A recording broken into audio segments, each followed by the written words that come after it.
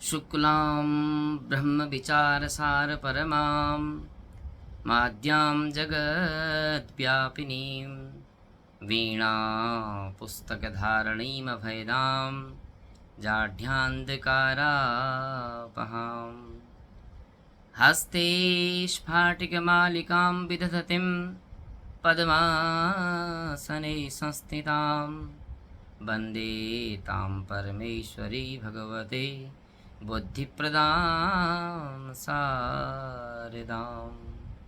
नारायणं नमस्कृत्य नरं चैव नरोत्तमं देवीं सरस्वतीं व्यासं ततो जयमुदीरये। अखंड कोटि ब्रह्मांड नायक भक्तों के हृदय में वास करने वाले सदैव परब्रह्म परमेश्वर, जगत के कल्याण करने वाले और सभी दुखों को हरने वाले उस परब्रह्म परमेश्वर को नमन करते हुए आप सभी श्रोताओं का स्वागत है। मित्रों, जैसे कि यह श्रावण मास में अधिक मास जो चल रहा है, मैं आप लोगों को पुरुषोत्तम महात्म्य को सुनाने का प्रयास कर रहा हूँ। मैंने इससे पूर्व की वीडियो में आपको पुरुषोत्तम मास का परिचय दिया। जैसे कि मैंने बताया था कि कैसे पुरुषोत्तम मास अर्थात वह अधिक मास का जन्म हुआ, कैसे वह आया और किस तरह वह दुखी हुआ।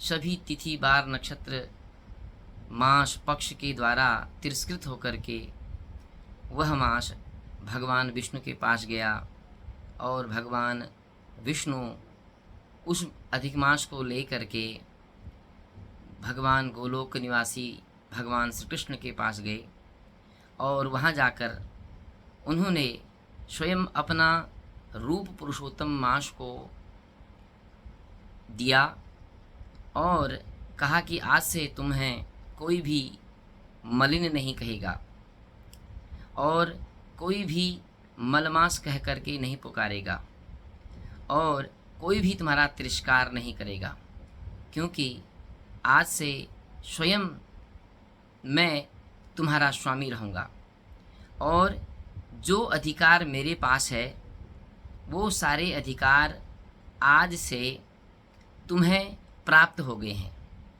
और जितनी शक्तियाँ मेरे अंदर हैं वो सारी शक्तियाँ अब आज से तुम्हारे पास हो जाएंगी। इसलिए हे पुरुषोत्तम मास, अब तुम दुखी मत हो और तुम्हें जो भी मलमास कह करके पुकारेगा उस मूढ़ व्यक्ति की कभी भी सद्गति नहीं होगी। पुरुषोत्तम मास को मलमास कहने वाले जो व्यक्ति हैं वह कुंभी पाक आदि नरकों में उनका गमन होगा। इस तरह से पुरुषोत्तम मास को भगवान ने अपना रूप दे करके अत्यंत प्रसन्नचित किया और बहुत सारी बातें कही कि अन्य बहुत सारे तिथियों में, अन्य बहुत सारे मासों में जो अनेक यत्न करने से जो फल की प्राप्ति नहीं होती है वह केवल पुरुषोत्तम मास में करने से मनुष्य को वह प्राप्त हो जाता है। और जो मनुष्य इस पुरुषोत्तम मास को मलिन कह करके और मलमास कह करके इसका त्याग करता है वह मनुष्य के सारे पुण्य क्षय हो जाते हैं। और जो मनुष्य इस पुरुषोत्तम मास में अनेक प्रकार से व्रत करता है और अनेक प्रकार के दानों को करता है और अनेक प्रकार के हवन आदि और पुण्य कर्मों को जो करता है, उन पुण्य कर्मों से हजारों गुना फल प्राप्त उनको होता है।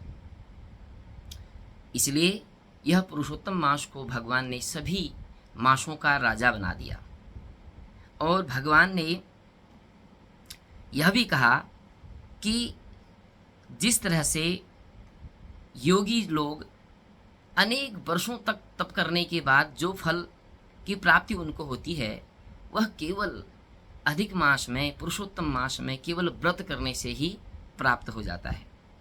और आज से तुम पुरुषों में उत्तम और सभी मासों के राजा कहाए जाओगे। इस तरह से पुरुषोत्तम मास को उन्होंने बताया। और यह कथा नर नारायण भगवान नारद जी को बता रहे हैं और सूत महाराज नैमिषारण्य नामक तीर्थ में सभी ऋषि मुनियों को सुना रहे हैं। और नारद जी ने फिर प्रश्न किया कि हे नारायण, आगे की कथा को सुनने का बहुत ही मन हो रहा है, आगे की यह कथा मुझे विस्तार पूर्वक बताइए। आगे इस कथा को किसने सुना था और इस व्रत का, इस मास में व्रत करने का क्या विधान है और कैसे इसको किया जाता है, किन किन लोगों ने पूर्व में किया है और किसने इसका त्याग किया, विस्तार पूर्वक मुझे बताइए। तो इस तरह से नारायण जी ने जब नारद जी को कहा, नारद जी ने जब पूछा, तो नारायण जी ने फिर नारद से कहा कि नारद, पूर्व में यह कथा भगवान श्री कृष्ण ने पांडवों को भी बताई है। और जब पांडवों को कौरवों के त्रास से अनेक कष्ट हुआ और जब वह जुए में अपना सब कुछ हार गए, हारने के बाद जब उनको वनवास प्राप्त हुआ, वह वन में रहने लगे, तो वन में जा कर के अत्यंत कष्ट उनको हुआ। तो उसी समय में, उसी बीच में भगवान श्री कृष्ण को पांडवों से मिलने का मन हुआ और वो काम्यक वन में जा कर के पांडवों से मिले। और वहाँ जाकर जब उन्होंने पांडवों की दुर्दशा को देखा, तो भगवान श्री कृष्ण को उनकी दुर्दशा को देख करके अत्यंत क्रोध आया। पुराण कहता है कि उनको इतना क्रोध आ गया था कि वह उसी समय में कौरवों को अनेक कष्ट देने का, अर्थात इस पृथ्वी को समाप्त करने का भी उनके मन में विचार आ गया था। इस तरह से वो क्रोधित हो गए। तो इस क्रोध को जब सभी पांडवों ने देखा, तो उनमें से अर्जुन शीघ्र भगवान कृष्ण के पास गए और उनसे प्रार्थना करी और विनती करी। कहा कि प्रभु, आपके क्रोध करने से अब यह सब कुछ जल्दी ठीक नहीं हो जाएगा, क्योंकि अब जब हमें वनवास मिला ही है, तो जब तक इसका समय पूरा नहीं होता है तब तक हमें यहाँ रहना ही पड़ेगा। अब आप हमें आगे को कुछ मार्ग बताएं, हमें क्या करना चाहिए और हमें इतना कष्ट कैसे प्राप्त हो रहा है, इस बारे में हमें आप बताइए। इस तरह से जब सभी पांडवों ने विस्तार पूर्वक सारी बात भगवान के आगे रखी, तो भगवान ने कुछ क्षण मौन रह करके उनके बारे में जाना और युधिष्ठिर आदि पांडवों से कहा कि हे युधिष्ठिर, तुम इस वनवास में रहते रहते तुम्हें जो यह अत्यंत दुख और जो तुम अपने पूर्व के किए हुए जो कार्य हैं उनके द्वारा जो दुखी हो और अत्यंत जो तुम कष्ट के कारण से इस वन में जो रह रहे हो, तो उस कष्ट के कारण से तुमसे एक भूल हो गई। इस वनवास के समय में आपसे एक अत्यंत भगवान की भक्ति करने का जो एक समय था, वह समय आपसे छूट गया है। अर्थात आज से पूर्व कुछ मास पहले अधिक मास आया था, वह मास सभी मासों में श्रेष्ठ है। उस मास में तुम व्रत नहीं कर पाए, उस मास का तुमने सेवन नहीं किया, इसलिए अब उस मास का सेवन न करने से अब आपको उसका कोई लाभ नहीं हो सकता है। यदि युधिष्ठिर तुमने उस मास का व्रत किया होता, उस मास का तुमने भली भांति सेवन किया होता, तो तुम आगे के कष्टों से छूट सकते थे। तो इस तरह से भगवान ने पुरुषोत्तम मास के बारे में युधिष्ठिर आदि पांडवों को विस्तार पूर्वक उसमें बताया। तब पांडवों ने पूछा कि प्रभु, अब हमें क्या करना चाहिए? तो भगवान श्री कृष्ण ने कहा कि हे युधिष्ठिर, अब जो मास तुमसे छूट गया है, जो चले गया है, उसके लिए तुम अब पश्चाताप करो या फिर तुम अपने आप को भाग्यवान नहीं समझो, वह अपने को आप दुर्भाग्यशाली समझो कि तुमसे वह व्रत और उस मास का सेवन छूट गया। इस तरह से भगवान श्री कृष्ण ने युधिष्ठिर आदि पांडवों को बताया और द्रौपदी को देख करके भगवान श्री कृष्ण के दुख को देखा नहीं गया, अर्थात वो इतने दुखी हो गए कि यह द्रौपदी भगवान की परम भक्तिन, इसको भी इनके साथ अनेक कष्टों को भोगना पड़ रहा है। और तब द्रौपदी के पूर्व जन्म की कथा को जो है भगवान कृष्ण ने बड़े विस्तार पूर्वक से पांडवों को बताया। कहा कि हे युधिष्ठिर, मैं तुम्हें इस मांस को तिरस्कार करने से, इस मांस के बारे में, अर्थात इस मांस को मल मांस कहने में या इस मांस के बारे में दूषित भावनाओं को रखने से क्या कष्ट होता है, इसके बारे में बताता हूँ। तो भगवान ने द्रौपदी के पूर्व जन्म के बारे में पांडवों को यहाँ पर बताया।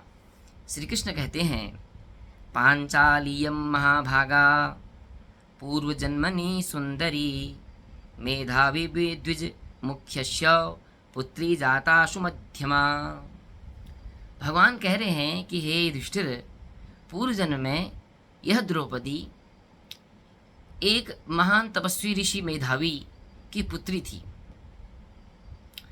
जब मेधावी ऋषि के घर में इसका जन्म हुआ तो उन्हें बड़े ही प्रेम से इसका पालन पोषण किया, क्योंकि यह अपने घर में इकलौती पुत्री थी और वह इससे अत्यंत प्रेम करते थे।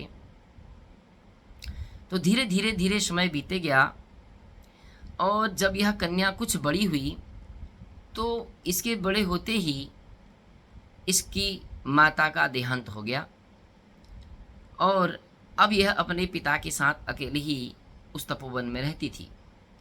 और मेधावी ऋषि अत्यंत प्रसन्नता के साथ इसको रखते थे। तो जब मेधावी मुनि ने इस कन्या का विवाह करना चाहा तो इसके लिए उनको सुयोग्य वर नहीं मिला और यह कन्या भी अपनी सहेलियों में प्रमुख थी। तो यह भी देखती थी कि मेरी सभी सहेलियों का, मेरी जो सखियां हैं उन सखियों का विवाह हो गया है, वह अपने गृहस्थ धर्म में अत्यंत प्रसन्नचित हैं और मुझे यह पति का सुख कब प्राप्त होगा और मेरा विवाह कब होगा, मेरे लिए सुयोग्य वर कब मिलेगा, तो यह भी चिंता करती थी। तो धीरे धीरे समय बीतता गया।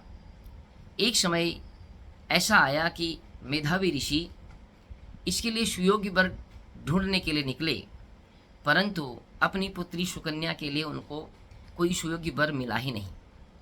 इसके विवाह के हेतु वह वर को ढूंढते ढूंढते अब उनके लिए ऐसा समय आ गया था कि एक दिन उनको महाज्वर आ गया। जब वह अपनी कुटिया में पहुँचे तो उस ज्वर के कारण से वह लड़खड़ाने लगे और लड़खड़ाते हुए पृथ्वी पर गिर पड़े। जब इस सुकन्या ने देखा कि मेरे पिता पृथ्वी में गिर गए हैं तो शीघ्र ही उसको उठाया और उठा करके अपनी गोद में रख लिया और विलाप करने लगी और अपनी पुत्री के गोद में ही मेधावी ऋषि ने भी अपने प्राण त्याग दिए। अब वह कन्या अत्यंत दुखी हो गई कि मेरा इस संसार में अब कोई नहीं रहा। मेरी माता मेरे बाल्यावस्था में ही मुझे छोड़कर चली गई। अब मैं युवावस्था में पहुंची हूं तो मेरे लिए योग्य वर को ढूंढते ढूंढते मेरे पिताजी भी भगवान को प्राप्त हो गए। इस तरह से वो विलाप करने लगी और जोर जोर से रोने लगी। जब आसपास में सभी जो अन्य ऋषि मुनि थे उन्होंने मेधावी ऋषि के आश्रम से जब विलाप की आवाज़ सुनी तो सभी लोग एकत्रित हुए।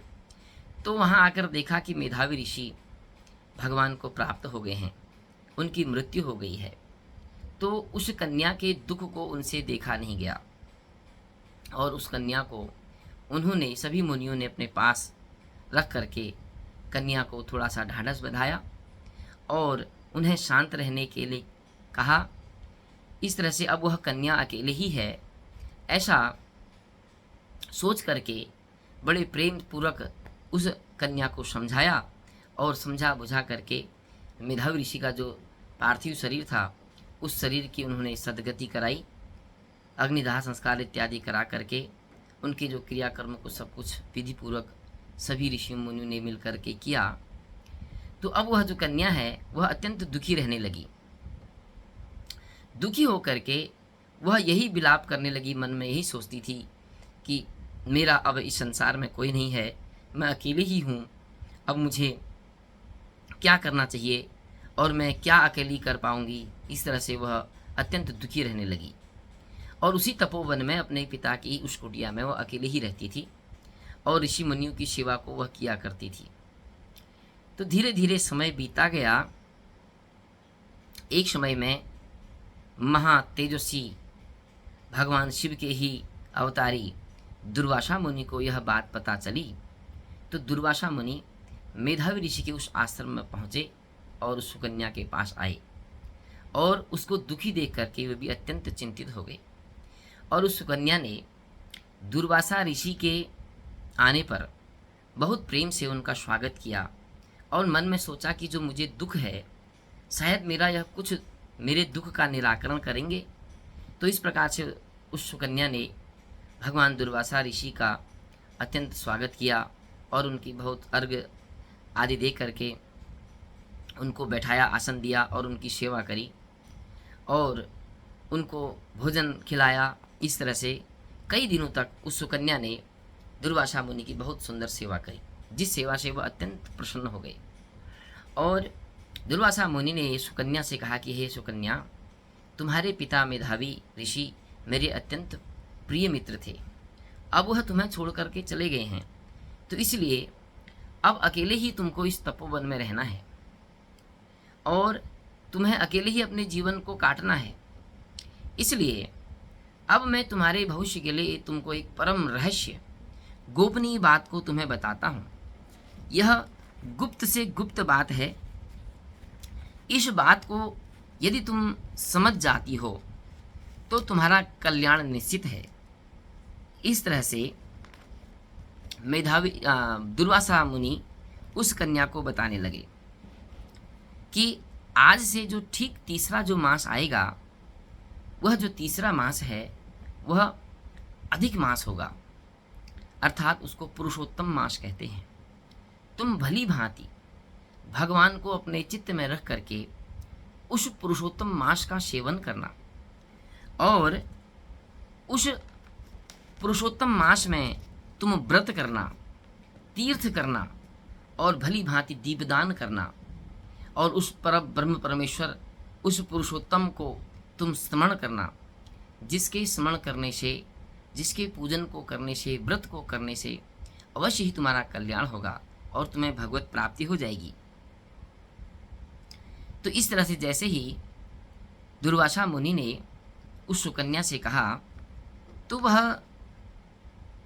सुकन्या दुर्वासा मुनि से कहने लगी कि हे प्रभु, मैंने तो सुना है कि यह अत्यंत ही मलिन मास है, यह तो सभी मासों में त्याज्य मास है। इस मास में तो कोई पूजा पाठ इत्यादि करने ही नहीं चाहिए, कोई व्रत तीर्थ इत्यादि करने ही नहीं चाहिए। मैंने तो इसके बारे में ऐसा सुना है। इस तरह से जैसे ही उस सुकन्या ने दुर्वासा मुनि से कहा तो दुर्वासा मुनि अत्यंत क्रोधित हो गए। वह क्रोध में इस तरह जलने लगे कि उनका मन उस सुकन्या को श्राप देने का कर गया। परंतु उन्होंने मन ही मन में सोचा कि इस कन्या को श्राप दे करके अब क्या होगा, और यह मेरे मित्र की पुत्री भी है, मुझे इसे श्राप नहीं देना चाहिए। इस तरह से दुर्वासा मुनि के मन में विचार आया और दुर्वासा मुनि ने कहा कि हे मूढ़मते, जब तुम इस परम गुह्य गोपनीय और इस शुद्ध और अत्यंत बलशाली और सभी मासों में श्रेष्ठ मास के बारे में तुम ऐसा कह रही हो, तो यह तुम्हारा दुर्भाग्य है और यह मास सभी मासों में अत्यंत पवित्र मास है। तुमने इस मास का जो है आदर नहीं किया, इस मास को तुमने तिरस्कार कर दिया है। तुमने इस मास के बारे में, इस पवित्र मास के बारे में ऐसा अपशब्द कह करके अपने आप को अनेक संकट में डाल दिया है। अब तुम्हें मैं कुछ नहीं कहूँगा और मैं तुम्हारे पास भी नहीं रहूँगा। अब मुझे जाना होगा और तुम्हारे पास नहीं रहना होगा। इस तरह से दुर्वासा मुनि ने उस सुकन्या से कहा और वहाँ से निकल पड़े। तो जैसे ही दुर्वासा मुनि वहाँ से निकले तो वह सुकन्या भी सोचने लगी कि ऐसा इस मास में क्या है और मैंने ऐसा इसका तिरस्कार कैसे कर दिया। अवश्य ही यह कोई पुण्य कारक मास होगा जिसके बारे में ऐसे परम तपस्वी, ऐसे उग्र तपस्वी दुर्वासा मुनि इतनी सुंदर बात कर रहे थे। तो मेरे से हो सकता है कि कुछ भूल हो गई हो या मुझसे कुछ ऐसी गलतियां हो गई हों। अब मुझे क्या करना चाहिए, वह और चिंतित हो गई। अब उसको अपने बारे में जो कष्ट पहले से था, जो दुख उसको पहले से हो रहा था, अब उसको और बड़ा कष्ट और दुख दिखने लगा कि मुझे अब अपने इस जीवन को कैसे आगे को यापन करना चाहिए। अब मैं कौन सा ऐसा साधन है कि मैं उस साधन को कर सकूं। इस प्रकार से वह सोचने लगी और भगवान कृष्ण वहाँ पांडवों से बताते हैं कि पांडवों, इस तरह से इस द्रौपदी ने अपने पूर्व जन्म में इस मास को, इस परम पुण्यदायी मास को मल मास कह करके, मलिन कह करके इसका तिरस्कार किया, जिस कारण से इस कन्या को अत्यंत कष्ट आगे हुआ। और यह जो पुरुषोत्तम मास है सभी मासों में उत्तम मास है। बड़े बड़े तपस्वी और जो यह चातुर्मास व्रत करते हैं, अनेक यज्ञों को करते हैं, उन यज्ञों को करने के बाद अनेक वर्षों के बाद उन्हें जो फल मिलता है वह केवल इस पुरुषोत्तम मास में क्षण भर भगवान का संकीर्तन करने से, उनका तप करने से ही प्राप्त हो जाता है। इसलिए इसने उस मास का तिरस्कार किया था, तो उस कारण से भी इसको अत्यंत कष्ट प्राप्त हुआ। तो मित्रों, इस प्रकार से यह पुरुषोत्तम मास का सुंदर महात्म्य आप लोगों को मैं छोटे छोटे टुकड़ों में बताते रहूँगा। जैसे कि आज मैंने आपको कुछ अध्यायों की कथा यह बताई, इसी प्रकार से मैं आपको कुछ कुछ टुकड़ों में, अनेक भाग में इस पुरुषोत्तम मास की कथा को आगे को सुनाने का प्रयास करूँगा। अब इससे आगे फिर उस मेधावी ऋषि की जो पुत्री सुकन्या थी, उसने आगे क्या तप किया, उसके साथ फिर आगे क्या हुआ, इसका विस्तार मैं आपको फिर अगली कड़ी में बताऊंगा। और मैं आशा करता हूँ कि आपको यह पुरुषोत्तम मास की कथा समझ में आएगी और मैं आपको समझाने का प्रयास करूँगा। और जो यह पुरुषोत्तम मास की कथा है, इस कथा को पूर्ण इस पुरुषोत्तम मास में तुम्हें मैं अनेक भागों में सुनाने का प्रयास करूँगा और आप इसको अवश्य सुनेंगे। यह सुनने के लिए आपको मेरे इस YouTube चैनल आचार्य मनोज सनातन संस्कृति पर आना होगा और आप रोज़ इस कथा को कुछ कुछ भागों में सुनेंगे और जिससे निश्चित ही आप सभी का मंगल कल्याण होगा। और मैं आपको इस पुरुषोत्तम मास की कथा को सुना रहा हूँ तो मुझे भी विश्वास है कि मेरा भी इसमें मंगल कल्याण होगा। तो आज मैं अपनी वाणी को यहीं पर विराम करता हूँ। पुनः मैं इससे आगे की कथा को आपको अपने नई वीडियो के रूप में सुनाने का प्रयास करूँगा। तब तक के लिए आप सभी लोगों का कल्याण हो, आप सभी लोग स्वस्थ रहें और भगवान की भक्ति आप में जागृत रहें और भगवान परमेश्वर आप सभी का मंगल कल्याण करें। नमस्कार। हर हर महादेव।